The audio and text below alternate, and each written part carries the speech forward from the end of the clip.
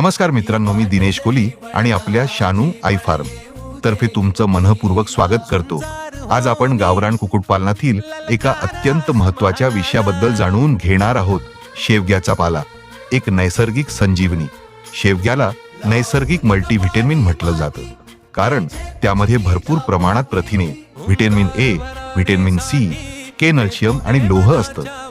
हे सर्व घटक गावरान कोंबड्यांची चांगली वाढ, मजबूत हाडं आणि रोगप्रतिकारक शक्ती वाढवण्यासाठी अत्यंत उपयुक्त आहेत। जर तुम्ही तुमच्या कोंबड्यांना नियमित शेवग्याचा पाला दिलात तर आजारांचे प्रमाण कमी होते, अंडी उत्पादन वाढते, अंड्यांचा दर्जा सुधारतो आणि पिल्लांची वाढ अधिक जोमाने होते।